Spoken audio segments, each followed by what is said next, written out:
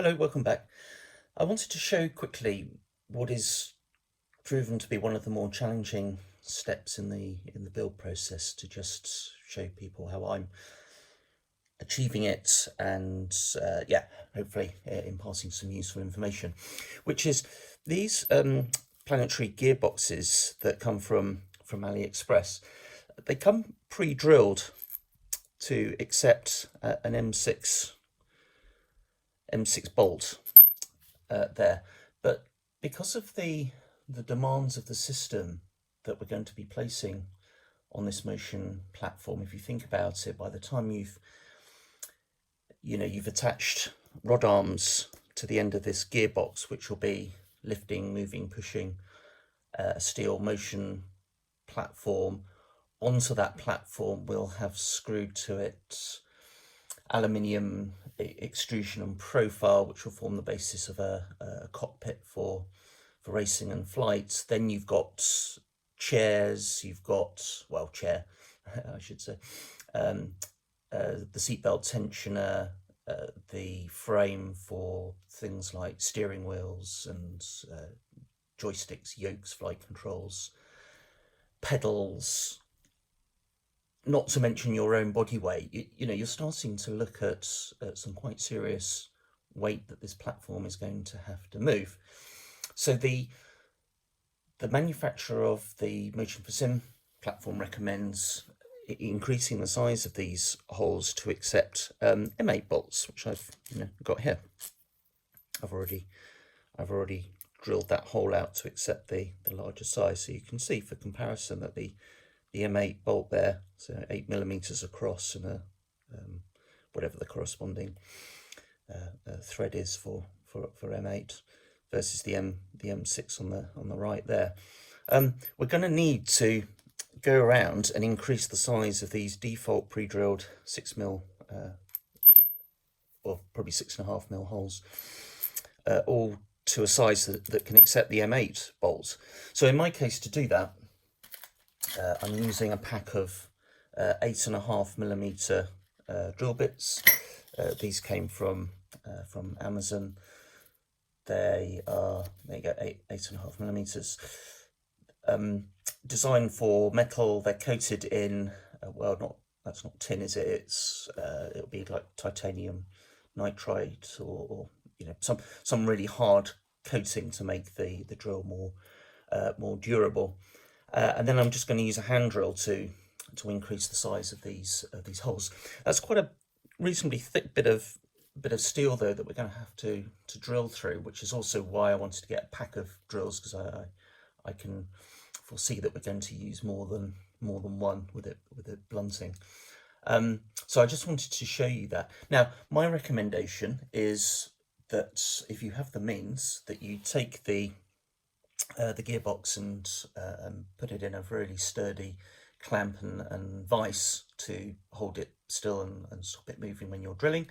I do not have access to such a vise easily, so what I'm doing here is I'm just sort of butting it up against the brick fireplace in my house, and I'll just need to be a little bit careful as I drill through it, because there is the possibility of the drill bit catching as I'm doing this, and then kind of gripping and wanting to turn the gearbox. But anyway, let me give that a go, and I'll show you the process. So yeah, just a ordinary battery powered hand drill. You don't need anything particularly fancy for this.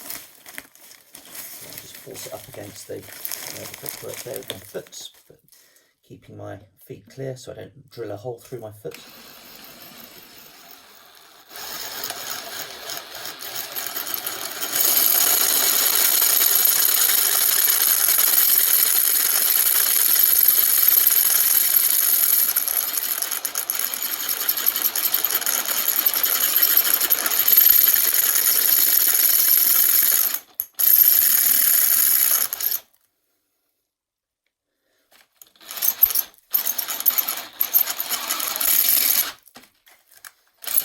Right, it's just starting to catch there, which probably means I'm coming to I haven't quite drilled through it, but it's coming to the end, and it's probably catching on the last bit of metal before it punches through, wanting to, you know, really kind of grip the drill bit, and consequently I can feel that in the drill.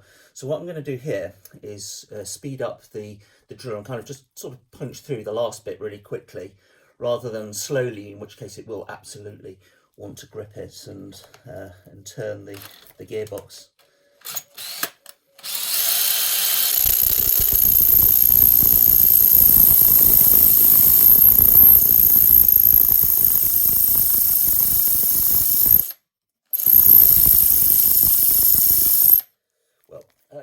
Now, we were talking about drill bits getting blunt.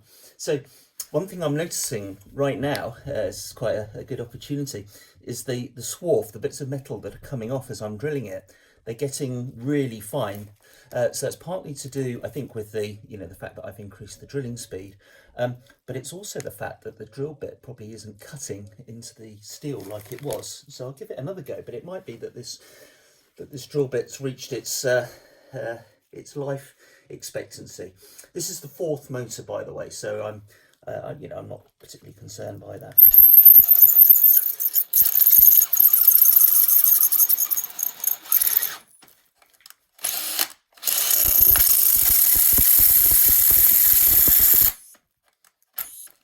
You see it's wanting to move it, so it's really gripped it now. So just whip that loose.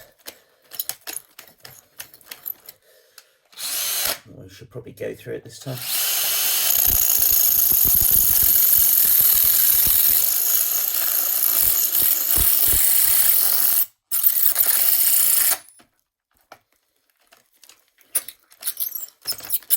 I think we're pretty much there now.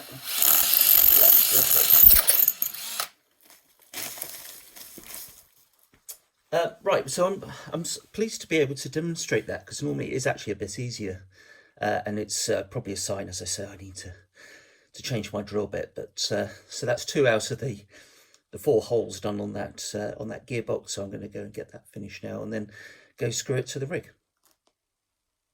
Okay, so next stage in the process. Now I've got all 4 holes increased in size to 8.5mm from the pre-drill size. We need to prepare the servo motor to be able to connect to the gearbox. So by default, the servo motor has what's known as a key as part of its motor shaft. It's not going to fit inside the gearbox, which, as you can see, has got a round hole and a black collar to accept that. So we're going to need to remove the key from the servo motor. It's not hard.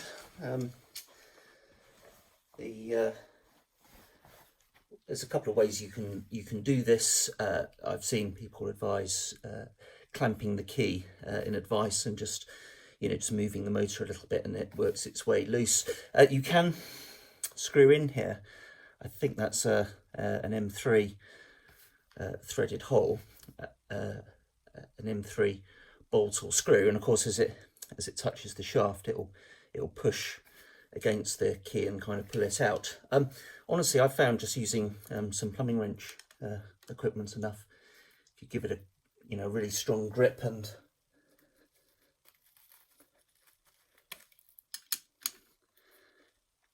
pull, it's starting to come loose there already. So I can probably just put a flat blade screwdriver down there.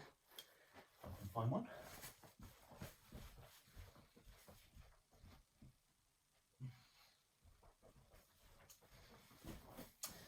Yeah, here we go. So nothing fancy, just a flat braided screwdriver.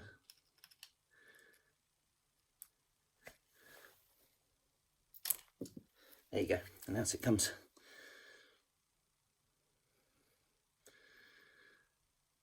Right, now we move on to prepare to connect the servo motor and gearbox. All right, next up, we're preparing the gearboxes to get it ready for the servo motor to attach. So what I'm going to do is remove this black collar, which is what grips and pinches the the rotational shaft here to against the servo motor shaft. And to do that, I need to remove this this bolt here, this hex bolt, to give me access to. I'm just going to rest that down there because this thing's quite heavy.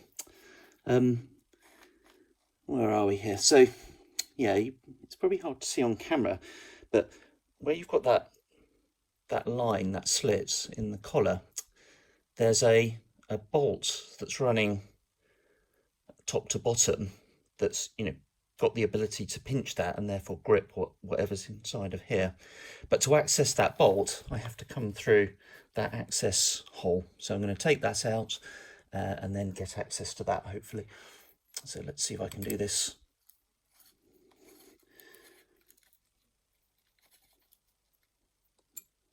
Yeah, so just like an access plug, and it's a smaller Allen key to gain access to this guy, which if I just loosen off there, I should be able to just turn it upside down, and there we go, and it falls out. Yeah, so that's the bolt that you can see there that I was talking about earlier. So what I'm going to do now is use some brake and clutch cleaner to remove any kind of grease and debris on the shaft there and the inside of this collar here, so that it gets a really firm grip. Right, so nothing particularly fancy about this stage. This is just some aerosol brake cleaner that I got from Amazon. It costs about £7, something like that. So we're just going to spray it onto those surfaces and wipe it with a a clean paper towel.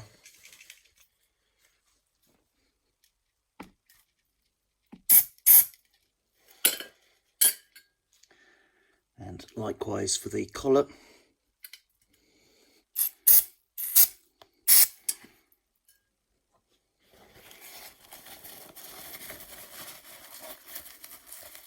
Just making sure we've removed any grease, any dirt or metal particles that might have entered into that.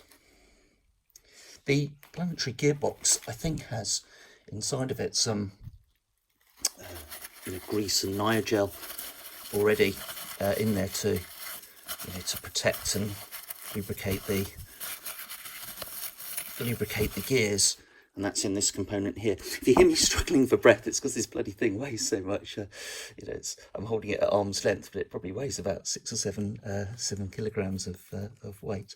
So I'm just going to put it down, and then we can get ready to attach the motors. Right, for this next stage, we're going to attach the servo motor to the planetary reducing gearbox. Before I do that, though, just a bit of story and experience. I was pulling my hair out last night trying to get this to work, because there's all sorts of I don't know, maybe it's just me, I got confused by some of the instructions and the parts availability and even specifications on the gearbox and things like that. So the instructions from Motion for Sim talk about using I think it's an M5 by 20 bolt to come from the back here and then into the gearbox. Now when I tried that, and this is an M5 bolt here. This is a 30 millimeter bolt though, not a 20. So when I tried that, it wasn't basically engaging on the threads. So it's not a big deal. Had a chat with the owner about that, and it turns out, of course, that there's more than one type of gearbox you can connect to the servo motor. As I said in my other video, I went for the higher quality one. So these guys are not always the same, which is fair enough. And not a big deal, right? Because it doesn't take long to order a pack of bolts, and they're not particularly expensive. But the frustration of trying to find the right one was really a bit of trial and error. So I ordered these these M5 30mm bolts, which had the required depth to engage with the thread. But then when I screwed it together, what I was finding was the thread wasn't properly tightening, implying that the thread size was wrong. So what's going on here is the manufacturer of these gearboxes. I think what they've done is they've basically drilled quite deep with like a 5mm sort of drill depth that accepts the M5 bolts, but it's actually threaded with the M6. So what's the problem? Just use an M6 bolt, you say. Yeah, you can do that. So I just got distracted for a second there with all the bolts lying around me on the carpet. so you can do that, and the motion for SimKit does include M6 by 30mm bolts, right? Because you would think we've already measured that 30mm is the right size to go down there to to allow for the thickness of the servo motor and a washer there. But it's not threaded all the way down. So to cut a long story short, which I probably should have done a minute or two ago, is it's an M6 by 20 bolt is what you want to use with an M6 washer. These are M6 by, I think they're about 11 or 12mm out of diameter, so not particularly thick or large, but this is what you want for that gearbox as of October, November, when it was ordered from AliExpress. So yeah, just what I would suggest you do is unpack them early and just sort of check you've got the right bolts and parts before carrying on. Otherwise, you'll just hit a stop and have to figure out a solution to the problem. Right. Anyway, let's crack on. First things first, we need to replace the collar back inside the gearbox, and then make sure that we've got the bolt aligned to the access hole there. Otherwise, we won't be able to tighten this up. So let's do that first.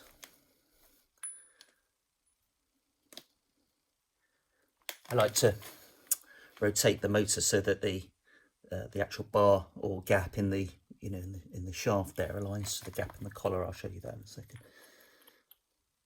because obviously we want it to move and be pinched.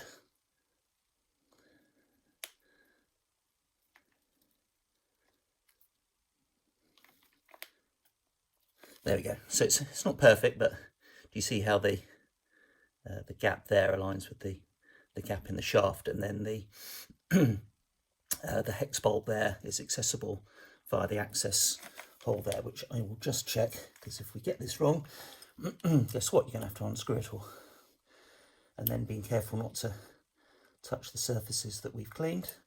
Okay, like that. So I leave it in this upright position, because if I lie this flat or anything like that, there's a chance that the collar can slip down and fall out of alignment.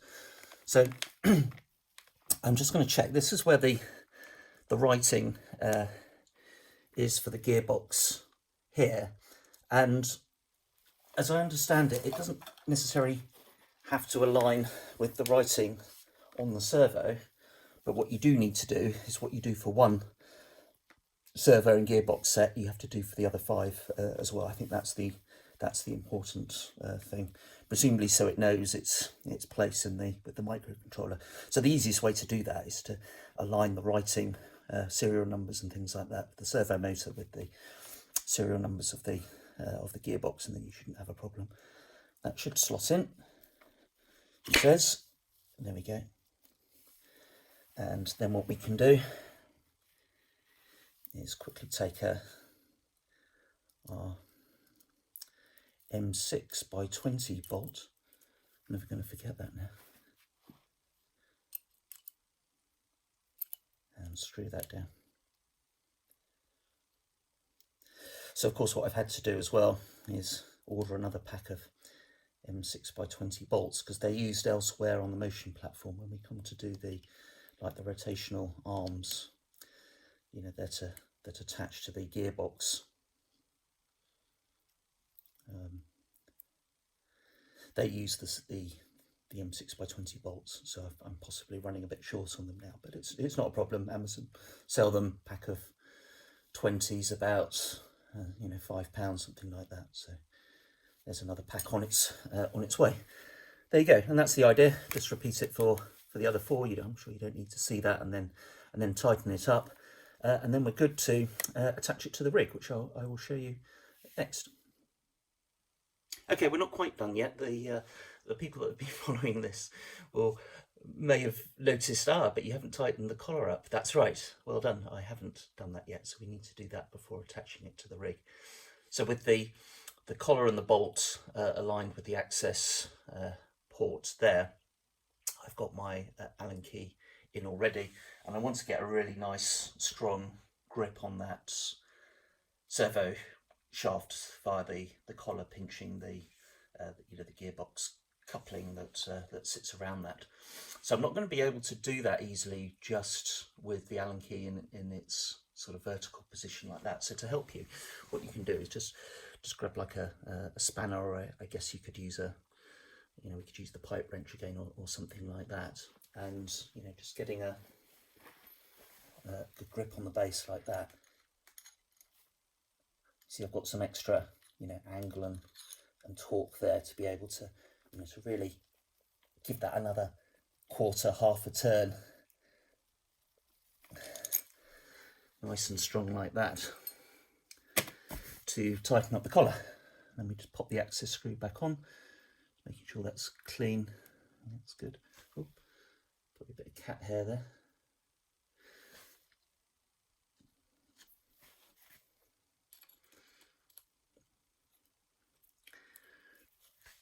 Let's tighten that up, not too tight.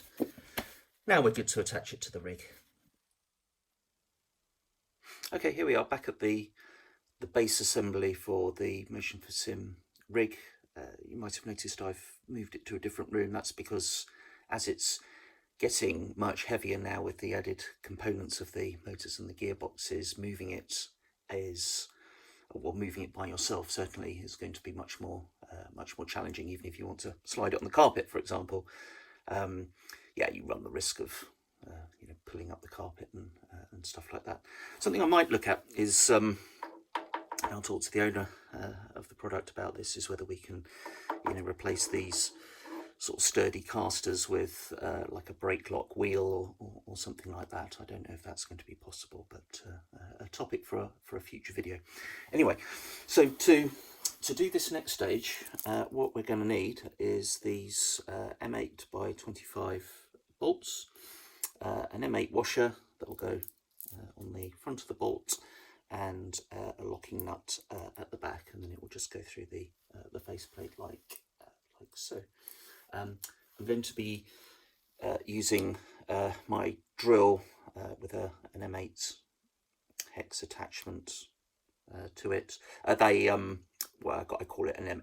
That's the attachment for the for the M8 bolt. The actual size of that's probably more like 6mm, but whatever Allen key fits in your M8 bolt, and this spanner as well, to make sure I've got I'll do it by hand first, and then use the spanner to grip the locking nut. Otherwise, they have a tendency to spin around. Right, let's do this.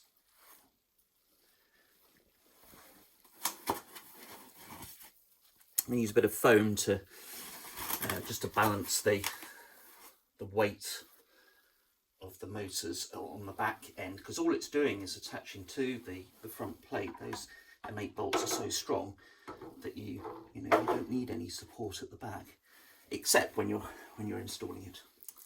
So let's get the M8 bolts through there. That's one.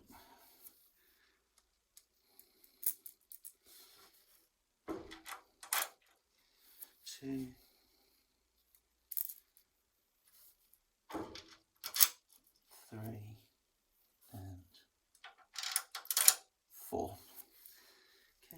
we just need to attach the nuts. Actually, I might try and use the spanner from the get-go.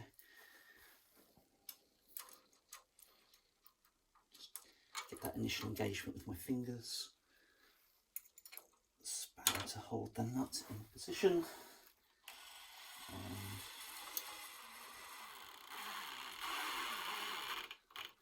there we go. Not too tight. I need to come back with a ratchet tool and get those really tight. I'm just looking to get them connected and engaged. Lost my nut. There we go.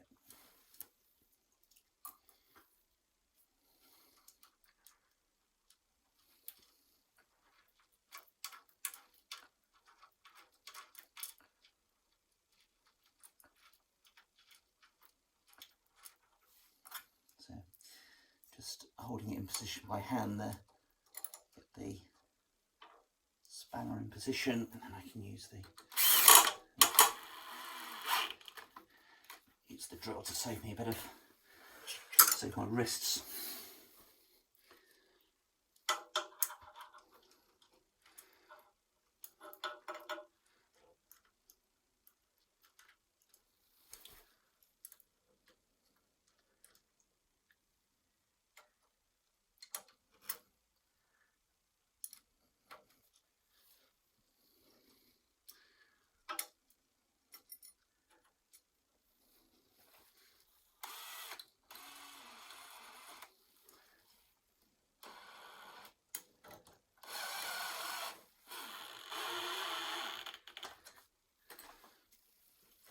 Good, and last one.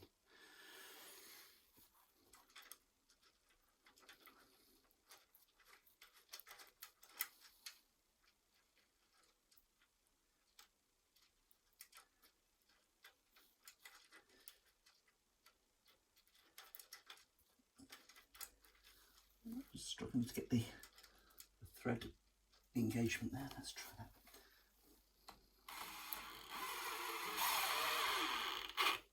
I was actually able to hold that one by hand. There we go. So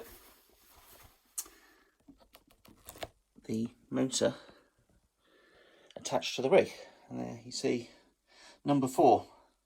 So 2 to go. Yeah, it's not that complicated. Just break it down, do it in stages. If this worries you doing this type of work, by the way, I know I mentioned this in the other video in comparison to the DOF Reality, which is more of a pre-built system.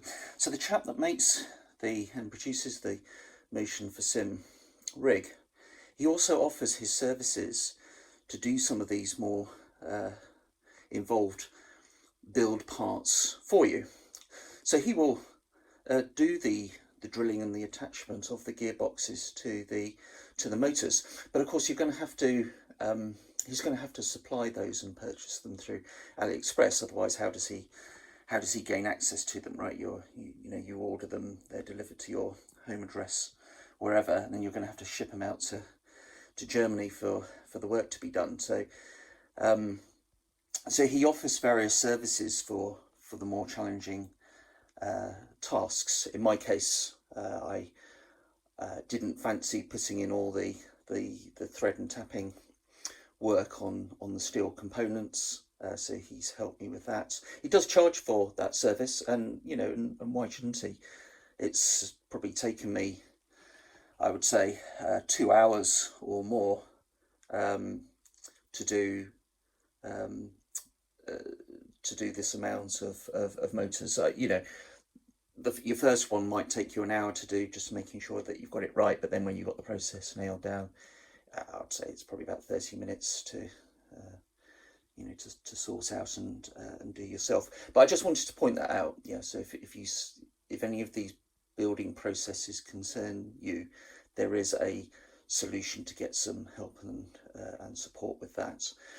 The building of the Motion for Sim platform as well is supported by something like 30 plus videos that give you the assembly instructions, that are basically shared with people when they purchase the product. So that's how I'm learning how to build the rig. And as one of my friends was explaining the other night, one of the advantages you have by building the platform yourself is, of course, you get a much greater understanding as to not only how it works, but if something was to go wrong, if you need to maintain or service, replace any parts, then of course you know how it all fits together, and there isn't this air of mystery around it. It's all doable, I would say. I have no specialist engineering qualifications or anything like that. So I've no more than wood and metal work at school and DIY jobs around the house, and yeah, I'm plodding through it, and hopefully you found that stage of the build process interesting. All right, so that's how I attach my servo motors to the gearboxes and then to the motion rig. I hope you found that useful. See you on the next one.